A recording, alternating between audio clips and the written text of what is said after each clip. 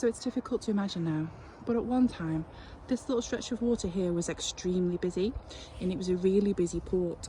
It's been in use as a port since before the Romans arrived. We know that because there have been Roman coins found around this area, so we know that the Romans were here, but how much further back than that it goes, we just don't know.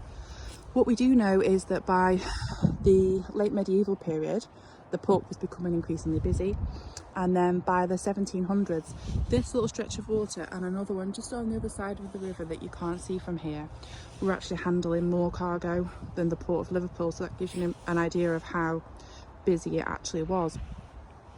Now, one of the main cargoes that was brought into the area was tobacco and sugar from the Caribbean, mainly from Barbados. With that cargo also came rum, and that was often brought in illegally, i.e. smuggled, which meant that around this area there were quite a lot of taverns and inns that sprang up that would then sell on the rum to local people, a lot of them vicars and influential people in the area who weren't fussed about the smuggling.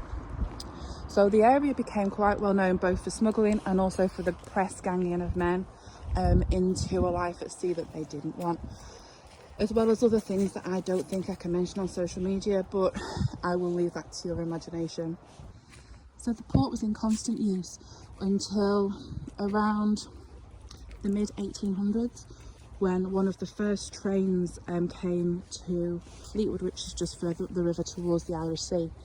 And Fleetwood started to grow and took the trade away from Skippool, and unfortunately the creek here sort of fell into disrepair and became what it is now.